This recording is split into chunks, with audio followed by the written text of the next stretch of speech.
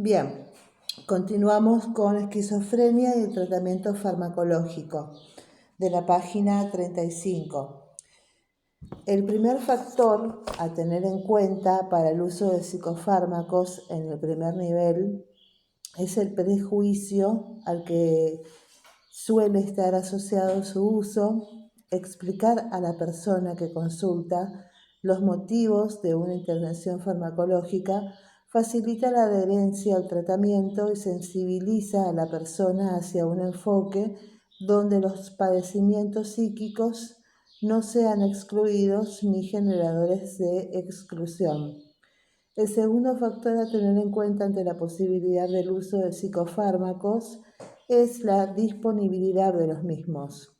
No todos los efectores de salud poseen un stock de medicación acorde a las demandas de la población. Analizar esta variable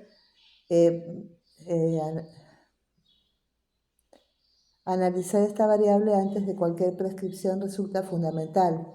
Por otra parte, centrándonos en el motivo de consulta, es importante tener en cuenta que si bien se utilizan los antipsicóticos como medicamentos de primera línea en el tratamiento de la esquizofrenia, se suele utilizar también medicación ayudante perteneciente a otros grupos como benzodiazepinas o estabilizantes del ánimo, y a su vez recordar que la estrategia terapéutica implementada no suele estar libre de efectos adversos.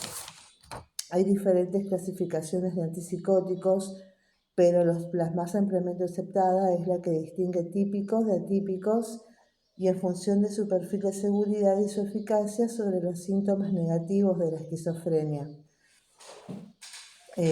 Todos los antipsicóticos tienen un mecanismo de acción común, aunque no único, y el efecto dopaminérgico es el efecto de acción común. Mecanismo de acción común, efecto antidopaminérgico. Las diferencias entre ellos se deben a su afinidad por los distintos receptores dopaminérgicos y serotoninérgicos y por otros subtipos de receptores noradrenérgicos, colinérgicos e histaminérgicos. Se suele dividir a los antipsicóticos en dos grupos: antipsicóticos típicos, que es el grupo más antiguo, con un perfil de efectos adversos principalmente extrapiramidales, con temblor, rigidez, acinesia y menor efecto en el metabolismo de los hidratos de carbono y lipídico, y suelen ser económicos y de fácil acceso. Dentro de este grupo se encuentran el haloperidol, clorpromacina, levomepromacina y prometacina. Son eficaces para reducir la mayor parte de los síntomas positivos de la esquizofrenia, como alucinaciones, delirios, conductas extrañas, y en menor medida los síntomas negativos como apatía, embotamiento afectivo, alogia, bulia, frente a los que son relativamente ineficaces y poseen un margen terapéutico de seguridad muy elevado. Las vías de administración se pueden utilizar en forma oral, intramuscular de acción rápida o depósito de acción prolongada. La preparación intramuscular de acción breve es la que se alcanza antes de la concentración máxima, y las medicaciones de depósito son de especial utilidad en la fase de mantenimiento. La dosis eficaz es una medicación antipsicótica, está estrechamente relacionada con su afinidad por los receptores dopaminérgicos, especialmente los D2, y su tendencia a causar efectos adversos extrapiramidales.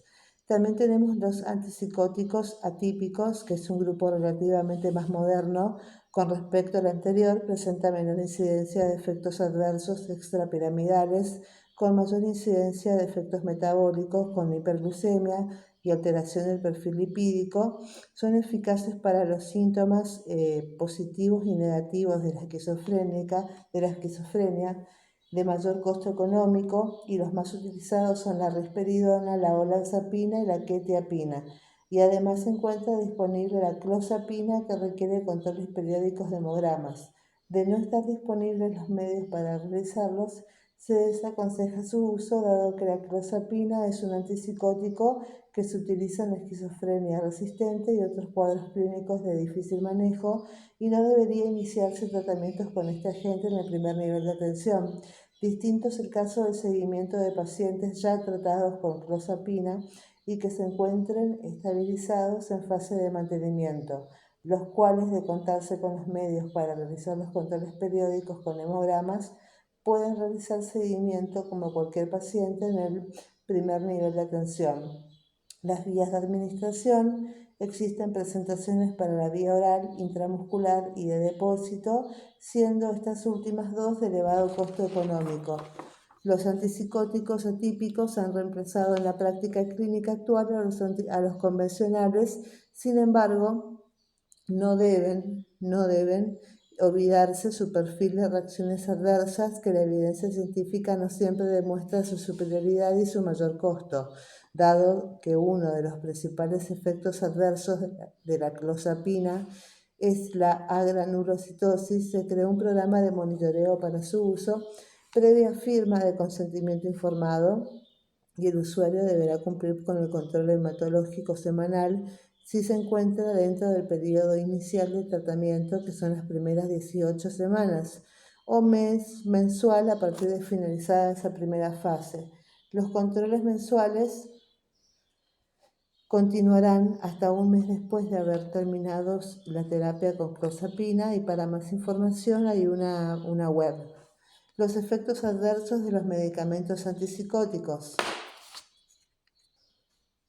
Los efectos adversos de los medicamentos antipsicóticos, teniendo en cuenta el perfil de efectos adversos, cada grupo, se realizarán evaluaciones periódicas, y cabe aclarar que si bien cada grupo tiene una mayor incidencia de efectos adversos particulares, no se descarta que puedan generar efectos adversos de otro tipo. La primera es la sedación, que es un efecto secundario muy común de algunos antipsicóticos. Este efecto puede estar relacionado con efectos antagonistas de estos fármacos sobre los receptores histaminérgicos, adrenérgicos y dopaminérgicos.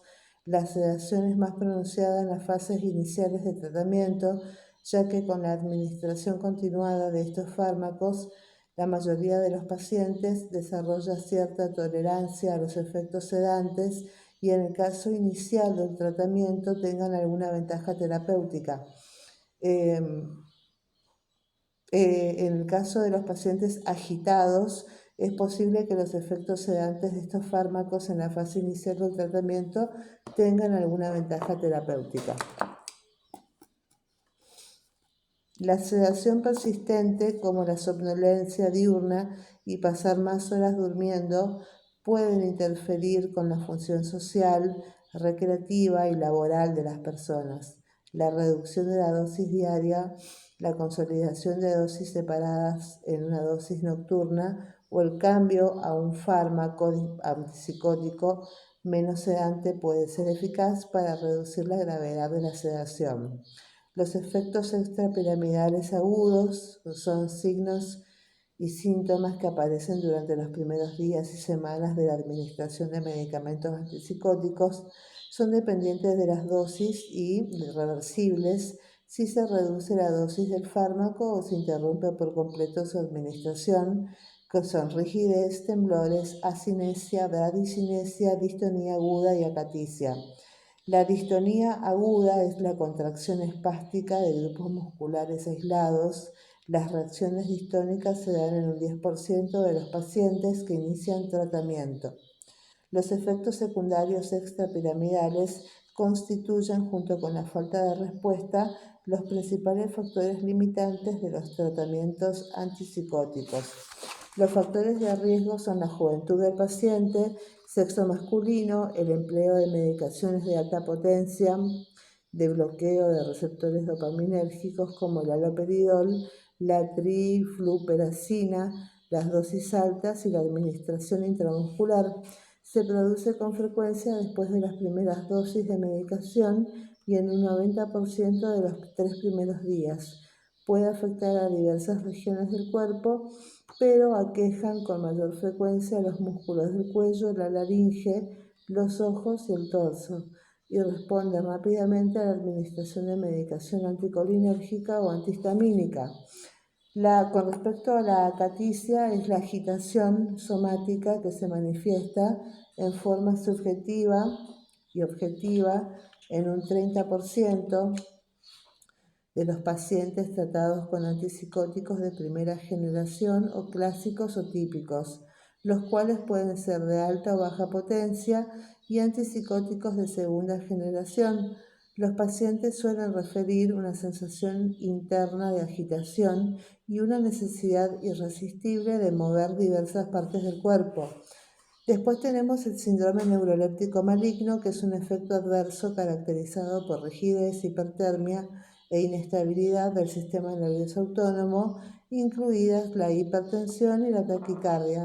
Se relaciona con una elevación en la concentración sérica de la creatinasa. La prevalencia es de menos del 1% de los pacientes tratados y el diagnóstico se pasa por alto con cierta frecuencia y puede ser mortal en un 5 a 20% de los pacientes sin tratar.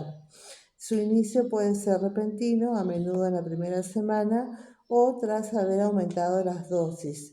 Los factores de riesgo son agitación aguda, juventud, sexo masculino, incapacidad neurológica previa, enfermedad física, deshidratación, aumento rápido de la dosis de antipsicótico, administración de fármacos de alta potencia y de preparados intramusculares, y se debe interrumpir el tratamiento con antipsicóticos y proporcionar tratamiento de apoyo para mantener la hidratación y tratar la fiebre, así como los síntomas cardiovasculares, renales y otros. Para su tratamiento se requiere en la mayoría de los casos el ingreso hospitalario. Con respecto a los efectos adversos extrapiramidales crónicos, que son signos y síntomas que aparecen al cabo de meses o años de la administración de medicamentos antipsicóticos, no dependen tan claramente de la dosis y pueden persistir tras la retirada del medicamento. El efecto adverso más común dentro de este grupo es la disinesia tardía. La disinesia tardía es un trastorno de movimientos involuntarios anormales hipercinéticos causados por la exposición mantenida a la medicación antipsicótica. Puede afectar a la función neuromuscular en cualquier región del cuerpo, pero se observa especialmente en la región orofacial. La propia esquizofrenia puede asociarse a un riesgo de disinesia espontánea que es indistinguible de la inducida por medicación. La disinesia tardía aparece en un porcentaje anual del 4 al 8% en pacientes adultos tratados con este tipo de antipsicóticos, y los factores de riesgo son edad avanzada, síntomas parkinsonianos inducidos por antipsicóticos, sexo femenino combinado con estado posmenopáusico, el diagnóstico de trastorno afectivo, que es un trastorno depresivo mayor, enfermedades médicas simultáneas como diabetes y el empleo de dosis altas de medicación antipsicótica, y la mayoría de pacientes tienen síntomas leves, pero con un 10% sufren síntomas de carácter moderado o intenso. Después tenemos la distonía tardía, que es una variante frecuente y grave de la disinesia tardía, y es la distonía tardía que se caracteriza por la aparición de contracciones musculares espásticas en lugar de movimientos coreostetóxicos, y la distonía tardía a menudo se relaciona con un mayor malestar y sensación de incomodidad física. Los efectos anticolinérgicos son sequedad de boca, visión borrosa, estreñimiento, taquicardia, retención urinaria y efectos termorreguladores. Pueden aparecer en un 10 a 50% de los pacientes. Si bien en general son leves y tolerables, este tipo de efectos puede ser particularmente grave en los pacientes de edad. Los efectos anticolinérgicos resultan en alteraciones del aprendizaje, la memoria y enlentecimiento de la cognición. Los síntomas de toxicidad anticolinérgica son la confusión, el delirio, la somnolencia y las alucinaciones.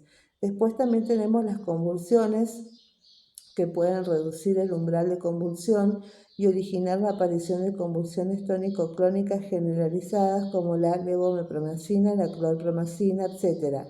También tenemos alteraciones en el metabolismo de los hidratos de carbono y de lípidos, y es más frecuente con los atípicos. Puede producir hiperglucemia y llegar a desencadenar un síndrome metabólico. revisar la presión arterial, el peso y la glucemia plasmática basal a todos los pacientes en tratamiento con antipsicóticos atípicos durante más de 12 semanas. Los antipsicóticos atípicos se diferencian de los antipsicóticos típicos por una menor propensión a producir síntomas extrapiramidales, no producen en general un aumento en la secreción de prolactina y un mejor control de los síntomas negativos de la esquizofrenia. Con respecto al viperideno, es un anticolinérgico muscarínico de amplio uso como antídoto ante la aparición de efectos adversos extrapiramidales para el uso de antipsicóticos, ya que produce una serie de estímulos generando una inhibición de acetilcolina dentro del sistema nervioso central sin necesidad de pasar por la barrera hematocefálica. Esto lo hace bloqueando los receptores de acetilcolina, la cual equilibra la actividad dopaminérgica de la sustancia negra del encéfalo. Como posibles efectos secundarios podemos encontrar los propios de su efecto anticolinérgico, que son náuseas, vómitos, midriasis, diplopía, retención urinaria, y en raras ocasiones pueden producir síntomas psicóticos afectivos, que son la disforia, y su presentación es de 2 miligramos comprimidos vía oral, que es la dosis de mantenimiento, o intramuscular, que es de utilización ante síntomas extrapiramidales agudos. Bien, entonces los antipsicóticos típicos y atípicos tenemos el haloperidol, que es un antipsicótico típico. La dosis terapéutica inicial es de 1,5 a 3 miligramos. La dosis efectiva es de 3 a 20, se administra por vía oral o intramuscular. Y las contraindicaciones son cuando hay alteración de la conciencia, depresión de médula ósea, cuando el paciente tiene feocromocitoma o enfermedad de ganglios basales. El otro antipsicótico, el segundo, es la clorpromacina, que es un antipsicótico típico. La dosis terapéutica inicial es de 75 miligramos. La dosis terapéutica efectiva varía entre 75 y 300 miligramos por día. La vía de administración puede ser oral o intramuscular en un episodio agudo como coadyuvante y está contraindicado en alteración de la conciencia, depresión de la médula ósea y feocromocitoma. Y el tercer antipsicótico es la risperidona, que es un antipsicótico atípico con dosis terapéutica inicial de 2 miligramos, dosis terapéutica efectiva de 4 a 6 miligramos, también con vía de administración oral e intramuscular, es una medicación de depósito y fase de mantenimiento. Y las contraindicaciones de la risperidona están en personas con demencia, a menos que se monitoree cuidadosamente signos o síntomas de accidente vascular encefálico. Bien, hasta aquí llegamos, página 40. En el próximo episodio continuaremos con los criterios de derivación en la esquizofrenia. Gracias.